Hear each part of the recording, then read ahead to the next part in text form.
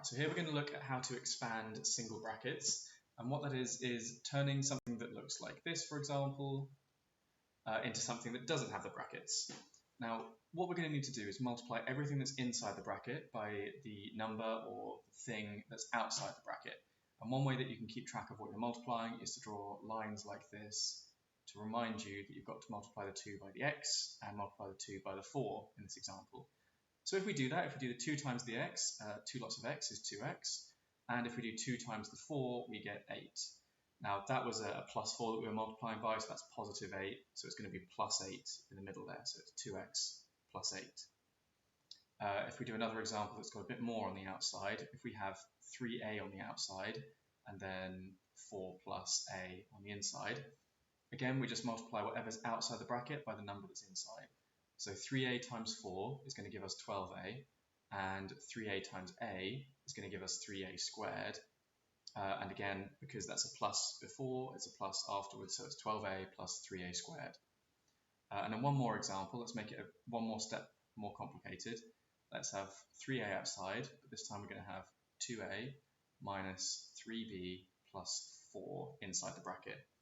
Obviously it's longer, there's a bit more to it, and we've got some minus signs in there as well, but we do the same as before. We're going to do 3a times 2a, 3 times 2 is 6, and a times a is a squared. So 3a times 2a is 6a squared. We then multiply 3a by negative 3b. It's going to be a negative because we've got a positive outside that we're multiplying by a negative in the bracket. So 3a times 3b is going to be minus, 3 times 3 is 9, a times b is just ab. And finally, we'll do 3a times the 4, that's the last thing inside the bracket. And if we had 3a before, we've got 4 lots of that, so now we're going to have 12a. That's that bracket expanded. So what I'm going to do is put a handful of questions there that you can have a go at if you want to. You can pause the video and give those a try. But I'm going to talk through the answers anyway, so pause here if you want to give them a go. Alright, now I'll show you how we work them out. So again, we'll just take the number outside the bracket and multiply by whatever's inside. So 3 times 4a is going to give us 12a, and 3 times 5 is just going to give us 15. That's the first one. The next one's a bit more tricky, getting a bit more difficult. 2b times 6, well 2 times 6 is 12, and we can't forget the b, so 2b times 6 is 12b.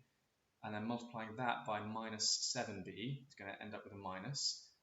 2 times 7 is 14, and b times b is b squared.